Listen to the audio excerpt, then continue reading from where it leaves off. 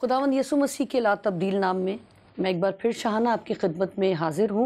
मिनातुन्निसा में सिस्टर मोनिका शकील के साथ आज एक बार फिर नाजरीन गुज़िश्ता प्रोग्राम्स उसी के सिलसिले की कड़ी हकीकी और टूट बंधन में तलाक़ पर हम बात कर चुके हैं गुज़िश्ता प्रोग्राम में, मगर कुछ बातें फिर आपके साथ शेयर करना चाहेंगे, कुछ बातें जो कि इनकम्प्लीट थी और बहुत कुछ आज के प्रोग्राम में हम डिस्कस करेंगे, कलाम मुक़द्दस में से रहनुमाई हासिल करेंगे और बहुत कुछ सीखने की कोशिश करेंगे सिस्टर मोनिका के साथ मिलकर। जी सिस्टर। जी, मसीह में आपको भी सलाम और देखने वालों को भी, और शुक्र है खुदावंद का कि हम फिर मज़ीद आगे बढ़ने के लिए आज इस प्रोग्राम में बिल्कुल बेशक हाजिर हैं। जिस तरह सिस्टर हमने गुज़िश्ता प्रोग्राम में बात की तलाक़ की वजूहात क्या हैं, किस वजह से होती हैं और कौन कौन से रिश्ते उसमें इन्वॉल्व होते हैं, और मगरिबी ममालिक में भी हमने बात की तलाक़ के इशू पर, बहुत सारी बातें हमने की, मगर वही कि एक प्रोग्राम में इतने बड़े इशू को डिस्कस करना इम्पॉसिबल है। इसलिए आपके साथ सलाह मशवरे के ये सोचा कि एक और प्रोग्राम, बल्कि मैं ये समझती हूँ शायद इस प्रोग्राम में भी कुछ कमी रह जाएगी। देखते हैं, दुआ करते हैं कि क्या पता इस प्रोग्राम में सारी बातें हो सकें। सिस्टर, मैं आपसे सवाल लेना चाहूँगी कि अगर किसी भी वजह से तलाक़ या अलहदगी हो जाती है तो तलाक़शुदा मर्द या औरत अपनी कलीसिया में, घर में या माशरे में एक तो उसका क्या हिस्सा रह जाता है, क्योंकि मोस्टली ज़्यादातर जो देखने में आता है, और वाकई एक ह्यूमन नेचर है कि हम यही सोचते हैं कि यार ये कपल बहुत अच्छा है, और जिस तरह हम देखते हैं पहली नज़र में या उनसे गुफ्तगू करने के अंदाज से या उनको देख करके वो किस तरह से आपस में उनका रिलेशन है, बहुत सारे नतीजे जो है ना हम निकाल रहे होते हैं अपने ही जहन में, उनको फाइनलाइज कर रहे होते हैं कि यार ये बहुत अच्छा है। और कोई अगर आपस में किसी की तकरार हो रही हो तो हम फ़ौरन नेगेटिव हो जाते हैं, नहीं यार ये लगता है कपल जो है ना वो खुश नहीं है या इनकी आपस में बनती नहीं है। कलीसियाई तौर पर जो मैं ये भी जानना चाहूँगी कि उनका रवैया उनको किस तरह का इख्तियार करना चाहिए अगर तो अलहदगी हो जाती है उनकी आपस में। जी शाहाना, मैं इसमें इसी में ऐड करूँगी कि जैसे आपने कहा कि माशरे की, और अगर हम कलीसियाई तौर पे भी देखें, इनफरादी तौर पे भी देखें, तो दोनों के जो मिजाज में या लोगों के साथ उठने बैठने में बहुत फ़र्क आ जाता है। अगर हस्बैंड एंड वाइफ कहीं जाते हैं, दरवाज़ा खटखटाते हैं तो बड़ी हैप्पीली दरवाज़ा खुलता है और वो आते हैं, उनके साथ कलाम शेयर करते हैं, दुआ करते हैं और ज़्यादा देर भी बैठ सकते हैं, सोशल इश्यूज़ पे बात हो जाती है। मगर अगर छोड़ी हुई औरत है या मर्द ने तलाक दे दी है या उसको उसकी बीवी ने इस तरह उनकी सेपरेशन हो गई है, तो आप देखें माशरती तौर पे उस शख्स को घर पे अपनी बहू बेटियों के बीच में बिठाने में लोग थोड़ा इस चीज़ को मायूब समझते हैं। यहाँ पर मैं सिस्टर एक बात और ऐड करना चाहूँगी कि अब जिस तरह भी हम बात कर रहे हैं कि अगर आपस में उनकी सेपरेशन हो जाती है जी, अभी आपने भी कहा कि अगर कहीं दोनों जाएं तो फटाफट दरवाज़ा भी खुलता है, उन्हें अंदर भी बुलाया जाता है और ख़िदमत भी की जाती है उनकी, अगर तो वो ख़िदमत में भी हैं या फैमिली, अगर आप किसी के पास एज अ फैमिली मेम्बर जाते हैं। जी, जी। मगर जब वो सेपरेट हो जाते हैं, अच्छा अब कसूर अगर औरत का है, क्योंकि प्रोग्राम मिनातुन्निसा है इसलिए मैं औरत के ख़िलाफ़ ही बात करूंगी, क्योंकि बहुत सारे लोग ये समझते हैं कि औरतों का प्रोग्राम है तो शायद मैं औरतों को फेवर करूंगी, मगर मैं यहाँ पर पहले औरत को ही नॉमिनेट करूंगी। अगर तो औरत को उसने तलाक दे दी है जिसकी वजह बाइबल बताती है, अब कसूर मर्द का नहीं है, मगर उसका खिदमत करना, उसका एज आ खिदमत के हवाले से कहीं पर जाना, इस टाइम जाना ना मेरा ठीक होगा, या वो फैमिली में लेडीज़ ज़्यादा है मैं नहीं जा पा रहा हूँ, या मुझे इस टाइम पे जाना नहीं चाहिए, और वो जाने में कभी कभी झिझक भी महसूस करते हैं। जी, अब अगर बात करते हैं औरत की, नहीं इस टाइम पे तो सारे मर्द हजरात होते हैं और औरतें आपको पता है निगाहें पहचान लेती हैं, बिल्कुल। तो नहीं इस टाइम जाना मुनासिब नहीं। हाँ, अगर वही कपल की सूरत में जाएं तो चाहे आप देर रात चले जाएं, चाहे आप सुबह चले जाएं, शाम चले जाएं, ठीक है सब, मगर जब उसका कसूर नहीं है, उस सूरत में कलीसियाई तौर पर, एक माशरती तौर पर उसके साथ इस तरह का बिहेव, मतलब अब उसका कसूर तो नहीं है ना। अगर बीवी का कसूर था, उसको छोड़ा गया है उसने, अब वो अकेला खिदमत करना चाह रहा है, और कलाम भी कहता है कि अगर तुम अकेले रहना मुनासिब समझते हो तो रह सकते हो, कलाम इजाज़त देता है। और वो रहना चाह रहा है, मगर फैमिली प्रेशर, कलीसियाई तौर पर प्रेशर उसको इस कदर किया जाता है कि वो बिला आखिर बेचारा दूसरी शादी करने पर मजबूर होता है, चाहे वो मेंटली तौर पर तैयार ना हो। क्यों? क्योंकि वो खिदमत जो है ना वो सही तौर से नहीं कर पा रहा। बिल्कुल। एक्चुअली इसी को आपकी बात को ही आगे बढ़ाती हूँ कि मुश्किलात उसको इसलिए होंगी कि हर कोई ये समझता है, भला वो अपनी शादीशुदा ज़िंदगी में कामयाब हैं कितने या नहीं, मगर एज़ अ कपल जब जाते हैं तो लोग सब वेलकम करते हैं। अकेले होने के नाते ये बोला जाता है पता नहीं इसका कितना कसूर होगा, तो वो मेजरिंग पे आ जाते हैं, नापने शुरू हो जाते हैं कि औरत का कसूर ज़्यादा था या इनका था। तो हम जब जजमेंट खुद करते हैं तो फिर प्रॉब्लम्स बढ़ जाती। तो उसका आगे खिदमत करना भी ना उसके लिए मुश्किल है उस वक़्त तक जब तक वो कोई अपना साथी नहीं अपने साथ शामिल कर लेता। अकेले होने में उसको मुश्किलात उठानी पड़ेंगी। बहुत ही उलझन है इस सवाल में मेरे माइंड में। तो आप ये सिस्टर फिर मुझे बताएं कि कलाम के मुताबिक फिर उसको किस तरह का तर्ज ज़िंदगी अपनाना चाहिए? उसमें यही है कि अपने आप को बहुत ज़्यादा कलीसियाई तौर पे भी इस तरह प्रूव करें कि या तो सबको एक दफ़ा क्लियर कर दे कि ये प्रॉब्लम्स थी और इस तरह की हमारी मिसअंडरस्टैंडिंग्स थी और आगे बढ़ाते और मज़ीद मुश्किलात बढ़ती, तो हमने सोचा कि हम इस चीज़ को ज़्यादा अलग हो जाएं तो ज़्यादा बेहतर है। मगर अगर वो एक्सप्लेनेशन, क्योंकि दुनिया आपकी एक्सप्लेनेशन को नहीं मानती है, वो यही समझेंगे कि अपनी तरफ से ये बोल रहे हैं, और क्योंकि इसको जस्टिफाई करना मुश्किल काम है, मगर ये है कि आगे भी उसको बढ़ना है, खिदमत भी इसको करनी है, तो वो बच इस सूरत में सकता है कि वो खुदा को सामने रख के खुदा के हुज़ूर में इस चीज़ को माने कि खुदाया मुझसे अगर गलती हुई है तो मुझे इसका रास्ता बताएं, और खुदा ज़रूर उसको अपनी रास्ते में उसको बताएगा कि उसको किस तरीके से आगे चलना है, क्योंकि अकेले चलना मुश्किल काम है। मगर वो साथी अगर उसे ऐसा मिल जाता है जो उसे आगे अंडरस्टैंड करे, ये एक सवालिया निशान बनता है कि वो साथी जिसको अब वो चूज़ करता है, क्या वो उसके साथ सिंसेरिटी होगी, क्योंकि जब वो दूसरा साथी भी सेलेक्ट करता है तो शायद वो जो कंपैरिजन और कंपैटिबिलिटी ये सब साथ चलती रहेगी, तो उसकी आगे की ज़िंदगी भी ख़राब होती है। बहुत ही उलझन में हूँ मैं इस वक्त क्योंकि मेरे माइंड में इस वक्त जो बात चल रही है वो ये कि चले मर्द का तो समझ में आता है, और अक्सर वो मतलब जिस तरह रिलीजियस पॉइंट ऑफ व्यू से अगर हम बात करें तो वो अक्सर पीछे भी हो जाते हैं, बिल्कुल। और वो यही कहते हैं कि भाई ठीक है, नहीं अगर समझ में आता तो ठीक है, मैं ये काम ही नहीं करता। तो वो दुनियावी तौर पर जो है ना वो ज़्यादा इन्वॉल्वमेंट हो जाती है। मगर औरत, अब जिसका कसूर, अभी जिस तरह हमने मर्द की बात की है, अब अगर औरत का कसूर नहीं है फिर भी यही कहा जाता है, यही सोच माइंड में आती है, यकीनन इसी की कोई गलती होगी, मर्द ने इसे छोड़ा है, जबकि ऐसा नहीं है। और मैं नहीं समझती कि इतनी आसानी से औरत जो है ना वो सेपरेशन लेती है।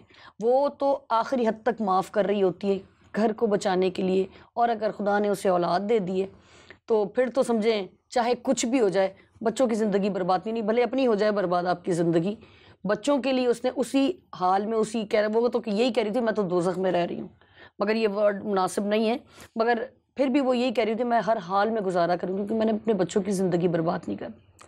बिल्कुल, आप सही कह रही हैं, और अगर औरत के पॉइंट ऑफ व्यू से देखा जाए तो पिसती वही है, हर तरफ से ही। अगर तलाक ले लेती है या तलाक हो जाती है, दोनों सूरतों में उसको ही ज़्यादा मुआशरे में खड़े रहने में मुश्किल आते हैं।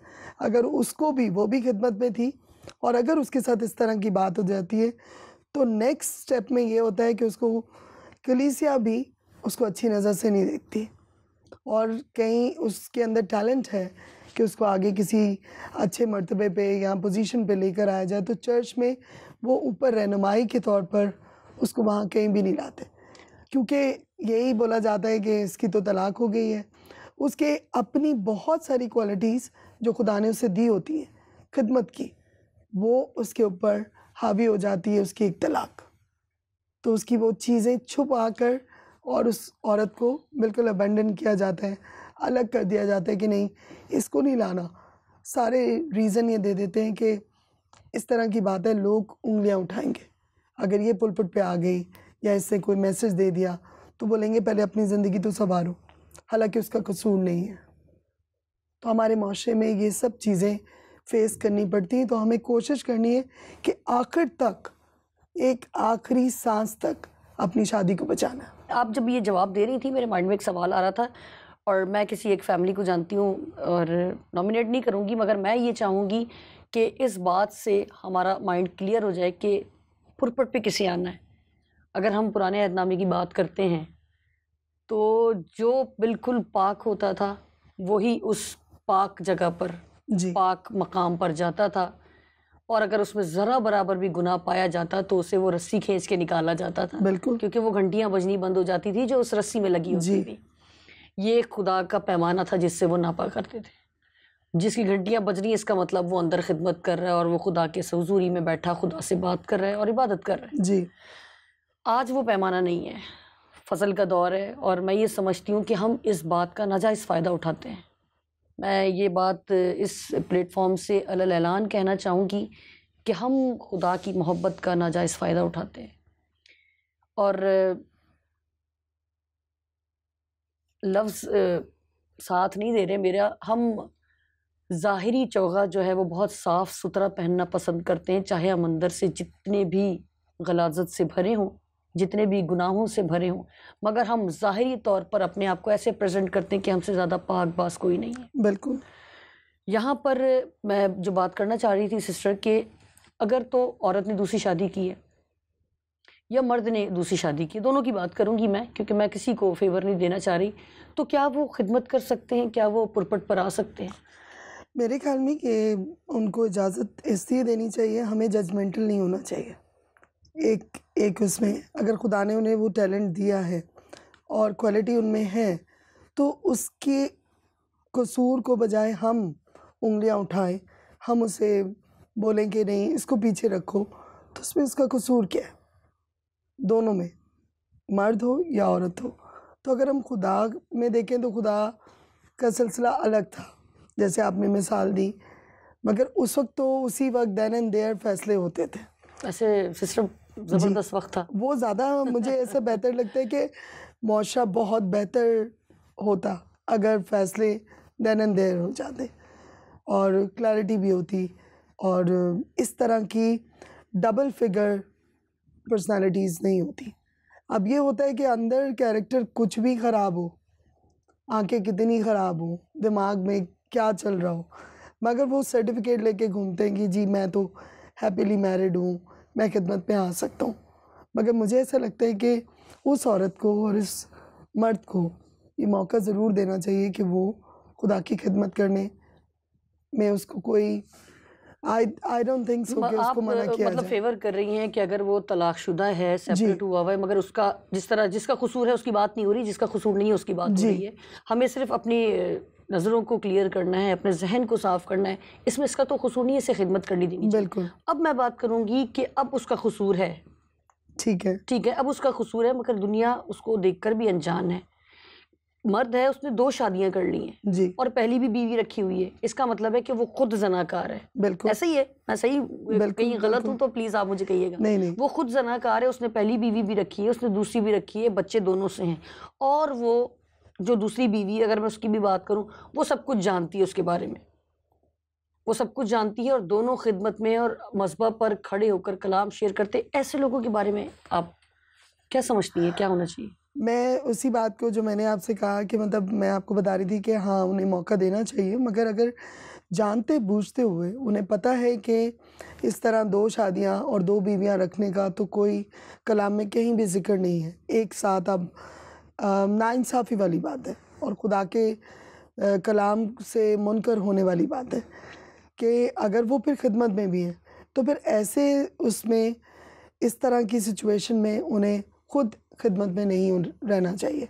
और लोग अगर उन्हें बर्दाश्त कर रहे हैं सिर्फ इसलिए कि उनको अच्छा साबित करना है या ये है कि फाइनेंशियली सपोर्ट और इस तरीके से, तो आई थिंक कि उसको, उन दोनों को, बीवी को भी जिसने उनसे शादी की है, दूसरी बीवी को और पहली वाली को, ये बात यहाँ पर देखना होगा कि डिसीजन देखना पड़ेगा कि हमें किस तरह की ज़िंदगी गुजारनी खुदा के खौफ में। ये बात तो बिल्कुल ही क्लियर है कि कलाम बिल्कुल इजाज़त नहीं देता इस बात की, मगर मैं पहली वाली जो सिचुएशन डिस्कस कर रही थी उस पर मैं ज़रूर कहना चाहूँगी कि कलाम में ही लिखा है कि जिस पैमाने से तुम नापते हो तुम्हें भी तोला जाएगा। और अगर हम, क्योंकि इंसान हैं, बशर हैं, गलती कोताहियाँ सबसे होती हैं, हम अगर अपना मवाजना करना शुरू करें तो मेरा ख़्याल है कि ज़िंदगी ख़त्म हो जाएगी, हमारी कोताहियों की लिस्ट ख़त्म नहीं होगी। तो हमें किसी की जजमेंट करने का कोई इख्तियार नहीं। अगर फ़ज़ल का दौर है, खुदा हमें माफ़ कर सकता है तो खुदा उन्हें भी माफ़ कर सकता है। हमें सबको एक्सेप्ट करना चाहिए, अपने ज़हन को, अपने दिल को बड़ा करें और ख़िदमत करने दें, क्योंकि खुदा का काम और खुदा की इंजील की मुनादी का काम रुकने वाला तो है नहीं। अगर हम रुकावट बनते हैं तो हम खुदा के कलाम को रोकने का सबब बनते हैं। अपनी इस रविश पर गौर करें, अपनी उन कोताहियों पर गौर करें, वापस रुजू करें, क्योंकि उसका दर आपके लिए, हमारे लिए हमेशा खुला है। यहाँ पर सिस्टर मैं आपसे अगला सवाल करना चाहूँगी कि फ़ी ज़माना अफराद जो हैं आजकल अपनी अपनी ख्वाहिशात की बिना पर मुख्तलिफ़ तरह की आदात के ग़ुलाम हो जाते हैं, चाहे वो कुछ भी हो सकती हैं। आप रात को देर से बाहर जाना पसंद करते हैं, वो आपकी आदत में शामिल होना शुरू हो जाता है, आहिस्ता आहिस्ता आप उसके ग़ुलाम बनते चले जाते हैं। अगर मैं बात करूँ इलेक्ट्रॉनिक ज़माने की, बात करूँ नई जनरेशन की, बात करूँ मोबाइल के बग़ैर, टैबलेट के बग़ैर, सोशल मीडिया से रिलेट हुए बिना आपका गुजारा नहीं है। जी इसके भी आप आहिस्ता आहिस्ता ग़ुलाम बनते जाए। बेशक कि ये ज़रूरत है, मगर हमने उस ज़रूरत को इस कदर अपने ऊपर हावी कर लिया है कि हम उसके ग़ुलाम हो गए, हमारा उसके बग़ैर गुजारा ही नहीं होता। इवन पहले ज़माने में लोग जब जाते थे किसी के घर तो हाल अहवाल पूछा करते थे। अब जब जाते हैं तो मोबाइल देके पासवर्ड पूछते हैं, आपके वाईफाई का पासवर्ड चाहिए। जी मतलब बिल्कुल ही चेंज होता जा रहा है, सारा कुछ ही तब्दीली आती जा रही है। इस तरह अपनी घरेलू ज़िंदगी पर भी जो है ना वो बहुत असर पड़ता है, और आप उस तौर पर तवज्जो नहीं दे पा रहे होते जिस तौर पर उसे तवज्जो देने की ज़रूरत होती है। आप मुझे ये बताएं कि एक तो ये इश्यूज़ बनी हैं जो तलाक़ की वजह भी बनती हैं, कलाम की रोशनी में इस बारे में आप क्या बताती हैं, आप क्या समझती हैं? अगर हम आदात की बात करें तो ये तो हमारे ब्रॉटअप पे भी होता है, जिस तरह का माँ बाप ने अगर हमें कलाम के रोशनी में रहते हुए अगर हमें सिखाया हुआ है तो बहुत सारी चीज़ों में, क्योंकि कलाम कहता है कि अपने लड़के की उस राह में तरबियत कर जिस राह में उसको जाना है, वो बूढ़ा होकर भी उससे नहीं बड़ी फिरेगा। खूबसूरत कलाम की बात है तो बेशक। अब जब हम अपनी औलाद को एक रास्ते पर चला देते हैं, अगर हम टेक्नोलॉजी की बात करें, अगर बच्चे उस तरफ हैं तो बहुत सारे ऐप्स ऐसे हैं, अगर हम टेक्नोलॉजी के बेस पे भी जाएं तो पॉजिटिव यूज़ करने पे पॉजिटिव डिपेंड है। हाँ, यूज़ बिल्कुल। करने पे है। तो अगर हम अपने बच्चों के उसी टैबलेट में, उसी मोबाइल में उनके लिए वो ऐसे ऐप्स डाउनलोड कर लें या उनको इस तरफ लगाएं कि खुदा का कलाम से वो इधर उधर ना हो, वहाँ से भी आप क्वेश्चंस डालते हैं। आजकल मैंने यूथ फोरम्स पे देखा है कि कुछ बच्चों ने इस तरह अपने ग्रुप्स बनाए हैं जहाँ पर वो जो सवाल उनके पास हैं कलाम के लिहाज से, तो वो वहाँ एक क्वेश्चन डाल देते हैं और लोग फिर उस पे कमेंट करते हैं, अपने अपने नज़रिए को एक्सप्लेन करते बिल्कुल, हैं। तो वो जितनी एक सोचें। पॉजिटिव वो है कि आप सोशल मीडिया को भी पॉजिटिवली ले सकते हो, मगर ये भी है कि वहाँ पर लोग फिर जब रेफरेंस डालते हैं तो इससे हमें ये शो होता है कि यूथ हमारी ये भी नहीं है कि बिल्कुल ही खुदा के कलाम से दूर है। और अगर हमारे आते हम खुद बनाते, नेचर चेंज नहीं होती मगर हैबिट्स चेंज होती है, बिल्कुल। चेंज हो जाती है। तो नेचर उस वक्त बनती है जब हमारी हैबिट्स को हम पक्का कर देते हैं। अगर हम बच्चों को पक्का कर देंगे कि ये टाइम तुम्हारा इस काम के लिए और ये टाइम तुम्हारा, जहाँ रूटीन टूटती है, देर से आने की, जल्दी ना सोने की, जब आप लेट सोते हैं तो आप अपने बच्चों से कैसे उम्मीद कर सकते हैं कि वो जल्दी जल्दी सोएं। सोएं। अगर आप बाहर जब मर्जी बैग उठाया चले जाते हैं तो बेटा और बेटी को भी इस चीज़ का होगा कि मेरी मम्मी या मेरे डैड टाइम को तो इशू समझते ही नहीं है। तो जब आप अपने रूटीन को बनाते हैं, स्केड्यूल घर में एक्सप्लेन करते हैं, तो बहुत बेहतरीन घर चलता है। ऐसे ही जब बेटी ब्याह के जाती है तो उस शेड्यूल को जब तोड़ती है तो प्रॉब्लम्स वहाँ से बढ़नी शुरू हो जाती हैं। बिल्कुल। तो वो जो आदात है ना, वो आपके घर के शेड्यूल से और रूटीन से ही डेवलप होती हैं, या सही होती हैं या ख़राब होती हैं। तो हम उसको, अगर हम कलाम के लिहाज से देखा जाए तो वो ये कहता है कि शाम सुबह दोपहरा नू मैं फरियादा गुजरा, सुनेगा रब रोना मेरा। अगर नॉर्मली भी हम देखें तो अगर जिस घर में दुआ की रूटीन है, जिस घर में परस्तिश का एक टाइम है, सुबह उठ के दोपहर के खाने पे या खाने के किसी भी तरह जब वो खुदा को सामने रखते हैं तो उस घर का रूटीन कभी भी बिखरने नहीं पाता। तो मैं बस इस तरह कहूँगी कि माँ बाप होने के नाते तरबियत यहाँ पर आएगी, और जब तरबियत स्ट्रॉन्ग है तो वो लड़की जो ब्याह के भी जाती है, जो लड़का जिसकी शादी होती है, वो अपनी रूटीन को अपनी वाइफ के साथ अंडरस्टैंडिंग के साथ बनाएगा, उसकी भी चीज़ें मिस ना हो, हमारी भी टेक्नोलॉजी भी चले और उसकी टाइमिंग्स को वो मैच करें। बहुत खूबसूरत बात है। यहाँ पे ज़बरदस्त टेक्नोलॉजी की बात हुई है, तो बेशक बहुत फास्ट है ज़माना, और मैं ये समझती हूँ आजकल छोटा बच्चा भी जब पैदा होता है तो उसको मोबाइल पकड़ा देते हैं माँ बाप और उस पर ध्यान लगा देते हैं, और माएँ अपना काम कर रही होती हैं, फादर्स तो खैर बहुत जिम्मेदारियाँ होती हैं मर्द हज़रात पर। मगर सिस्टर ने बड़ी खूबसूरत बात की कि हम उसको किस तरह यूज़ करते हैं, उसको किस तरह यूटिलाइज़ करना है, ये माँ से बेहतर कोई नहीं समझता। और ये वाकई बहुत खूबसूरत बात कही है जिसने भी कही कि पहली दरसगाह जो है वो माँ की गोद है। जी माँ क्या तरबियत दे रही है, आप नई टेक्नोलॉजी के साथ भी खुदा का कलाम अपने बच्चों के दिलों पर, उनके जहनों पर, उनकी ज़िंदगी पर नक्श कर सकते हैं अगर तो आप कलाम को जीते हैं, तो ये तभी हो सकता है। बिल्कुल। यहाँ पर सिस्टर मैं चाहूँगी कि आखिरी सवाल, क्योंकि प्रोग्राम का इख्तिताम है, टाइम बहुत कम है मगर प्रोग्राम बाकी है, एक और प्रोग्राम हम इसी पर ज़रूर करेंगे। सिस्टर, अगर शादीशुदा जोड़े के दरमियान में इख्तलाफात इस कदर बढ़ गए हैं कि अब कोई चारा नहीं है, ये इख्तलाफात की बात हो रही है, ये उस रीज़न की बात नहीं हो रही जिसके लिए कलाम इजाज़त देता है। जी छोटी छोटी बातें, तुम्हारी माँ ने मेरे साथ ये बिहेव किया था, अच्छा ये बात कब हो रही है? शादी के 5 साल के बाद जब हमारी इंगेजमेंट हुई है।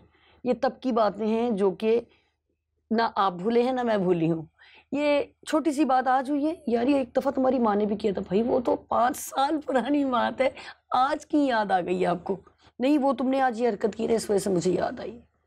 मतलब आप भूले नहीं हैं, 5 साल में आपके दिल पर वो बात लिखी हुई है, आपके जहन से वो बात निकली नहीं है। इसका मतलब कि आपने अपने आप को खाली नहीं किया, मुकम्मल तौर पर अपनी लाइफ को दोबारा से स्टार्ट जी करने के लिए रिन्यू नहीं किया आपने, रिफ्रेश नहीं किया अपने आप को। अब कंप्यूटर को हम जब यूज़ करते हैं, जैसे वायरस निकालना और रिफ्रेश करते हैं, उसको नई विंडो करते हैं। इंसान का क्या करे कि वो 5 साल पुरानी वाली बातें, वो बात आज दोबारा इशू बनती है और तलाक की नौबत आती है। अब जब तलाक लिए बगैर गुजारा नहीं है, इस सूरत हाल में मैं ये चाहूँगी कि आप मुझे वो लोग बताएं जो फैमिली में बहुत करीबी होते हैं। अब करीबी से मुराद हो सकता है चचा की दूर की बेटी हो, मगर उनकी फैमिली के साथ अटैचमेंट बहुत क्लोज है, तो करीबी रिश्ता हो गया वो, हालांकि वो बड़ा दूर का रिश्ता कहीं जाके जी लगता है, मगर आना जाना इस कदर है कि उसकी इन्वॉल्वमेंट है और हो सकता है उसकी बातें भी सुनी जाती हों। कौन से ऐसे रिश्ते हैं जो इस तलाक को शायद बचाने में मददगार साबित हो? अगर बचाने की आप बात कर रहे हैं तो रिश्ते जो आपके ससुराल, दोनों के ससुराल, मेरे ख्याल में दोनों मियाँ बीवी को दोनों साइड पर किसी एक को दोस्त ज़रूर बना के रखना चाहिए, वो भला देवर हो, नंद हो या सास हो। ये रिश्ते सुनने में बड़े मुश्किल लग रहे हैं कि लड़की बोले इनसे तो मेरी दोस्ती नहीं हो सकती, ये तो मेरे मियाँ के रिश्ते हैं। हालांकि उन्हीं से, अगर उनकी माँ से अच्छी तरीके से उसकी अंडरस्टैंडिंग हो जाती बेटी की, तो उससे क्या हो जाएगा कि उसका बेटा है, उसकी आदत से, उसके तरीक़ेकार से वो बेहतर तरीके से उसे एक्सप्लेन कर सकती है। तो जब आप दोस्ती का रास्ता बना लेते हैं, किसी एक के साथ आप कन्फाइन करते हैं, उसके साथ अपने सारे दुख शेयर करते हैं, तो शायद वो मदरहुड उसमें आ जाएगी, जो आप अपनी माँ से करना चाहते हैं वही सास में भी आ सकती है। तो पहला दर्जा तो सास का मैं ये कहूँगी कि सास के साथ अच्छा रिलेशन आप बना सकते हो। कुछ लोग उसको नेगेटिव भी लेते हैं, पहले ही सोच लेते हैं कि वो तो मेरे मियाँ की माँ है, मेरी क्यों साइड लेगी। तो जब आप रिस्ट्रिक्शन तोड़ते हो, कभी कभी होता है कि यहाँ पर एक बाउंड्री तोड़ना है, बाउंड्री आप ही को तोड़ना है। जैसे आप हमेशा कहती हैं कि औरत को 90% औरत को ही झुकना पड़ता है। बिल्कुल। तो अगर उसने अपने रिश्ते को बचाना है तो अपने ससुराल में किसी एक से अपनी सास से या उसी की बहन से या उसी के भाई से, जिसको वो दुश्मन समझती है उनको दोस्त बनाना चाहिए। इसी तरह लड़के को, जिसकी वो उसकी बीवी बहुत ज़्यादा अपने घर में जिसकी सुनती है, वो भी उससे बात करना शुरू करे, ताकि उसे पता हो कि अगर कभी भी कोई बात हो तो मैं अपनी बीवी की बात उससे शेयर करूं और वो उसको प्यार से इस रिश्ते को अटूट बनाने में हमारी मदद कर सके। तो दोनों साइड से ये जो रिश्ते मैंने आपको बताया, बहन, भाई, बाप या माँ, ये ही क्लोज रिश्ते हैं। अगर आप कज़न्स की बात करें तो शायद एक बॉर्डर लाइन आ जाएगी और उसको ये कह दिया जाए कि यहाँ तक आप बात कर सकते हो, हमारे मामलात में आप बात नहीं कर सकते, जितनी भी अंडरस्टैंडिंग हो। तो मेरे ख्याल में तो सबसे ज़्यादा अच्छा दोस्त आपके अपनी सास, नंद या देवर, और वहाँ पर कोई साली, साला या उसके अपने सास और ससुर, ये ज़्यादा क्लोज है। इन्हीं में अगर कज़न्स आते हैं, ये चाचा की बेटी है, या वो आपस में शायद स्कूल में एक साथ थे, वो तीनों, तो वहाँ पर वो एज आ मेंटोर या उनकी टीचिंग दोनों तरफ वो बैलेंस रख सकती है। तो यहाँ दोस्ती बनाना और खुदा के खौफ में ये सोच के कि मुझे अपना रिश्ता बचाना है, जिससे बचाना है ना चाहना, वो अपना रिश्ता बचाने के लिए उससे भी दोस्ती कर लेगी जो शायद उसको अपना दुश्मन लगता है, क्योंकि रीज़न उसका यही है कि उसने अपने आप को खुदा में रहते हुए अपने रिश्ते को अटूट बनाना। यहाँ पर मैं, आप जब क्लोज रिश्तों की बात कर रही थी तो मैं ये सोच रही थी कि रिश्ते, जिस तरह मैंने शुरू में कहा कि शायद वो दूर का रिश्ता है, मगर उनके घर में आना जाना इस कदर जी। है कि वो उनकी बिल्कुल फैमिली मेम्बर की तरह हो सकती है, या हो सकता है उसमें शायद आपका कलीसियाई तौर पर भी रिश्ता हो सकता है। जी। हो सकता है वो आपके पास्टर हों, जी, या हो सकता है पास्टर की मिसेज हैं, ठीक है। या हो सकता है कोई एल्डर हैं, कोई डीकन है जो आपकी खिदमत में साथी हैं, आप टीम मेंबर हैं, आपको लगता है कि शायद ये मुझे बेहतर मशवरा दे सकते हैं। इसी तरह जिस तरह आपने स्कूल कॉलेजेस की बात की, हो सकता है कोई ऐसे टीचर या कोई ऐसा सर्कल हो जो आपका ग्रुप में हो सकता है वो आपकी बेहतर रहनुमाई। मगर बात वही आएगी आपकी जजमेंट, आप किसे अपने दिल के करीब महसूस करते हैं। अगर तो मैं ये समझती हूँ कि ठीक है, नाचाकियाँ कलीसियाई जो रहनुमा हैं उनके घरों में भी होती होंगी, जी, मगर उसको हैंडल किस तरह से करना है। क्या वाकई खुदा का कलाम को आप इस तौर पर पढ़ते हैं, या खुदा से इस तौर पर रहनुमाई लेते हैं कि आपको शायद किसी की ज़रूरत ही ना पड़े, क्योंकि बेहतरीन दोस्त, बेहतरीन रहनुमा खुदावंद यीशु ने अपने जाने के बाद रूहुल कुद्दुस को दिया है, जो कि हमेशा जब तक आप रोज़ ज़मीन पर हैं आपके साथ रहेगा। मैं ये समझती हूँ, आपने बहुत खूबसूरत बात की माशरती लिहाज से कि दोस्त अहबाब बहुत ज़रूरी हैं, मगर उनकी परख कि क्या वो वाकई आपके दोस्त हैं। या हो सकता है दुश्मनों में से कोई आपका दोस्त बन जाए, जिस तरह सिस्टर ने कहा कि जिससे आप बात करना पसंद नहीं करते, जिसके साथ आपकी अंडरस्टैंडिंग नहीं है, मगर आपके जीवन साथी की उसके साथ है, तो आप ज़रूर उसके साथ दोस्ती करेंगे। मगर मैं एक बात आखिर में करना चाहूँगी कि अगर खुदा की फेवर आपके साथ है, पाक रूह की रहनुमाई में आप चल रहे हैं और आपका साथी भटक गया है, तो उसे लाने के लिए खुदा के दरवाजे से बेहतर दरवाज़ा और कोई हो ही नहीं सकता। खुदा की रहनुमाई से बढ़कर रहनुमा कोई हो नहीं सकता। प्रोग्राम अभी बाकी है, अगले प्रोग्राम में इसको कवर करेंगे, फिर एक और बात करेंगे, आपके साथ शेयर करेंगे। सरप्राइज़ है, देखना ना भूलिएगा मिरातुन्निसा का एक और एपिसोड तलाक पर। खुदा हाफिज़।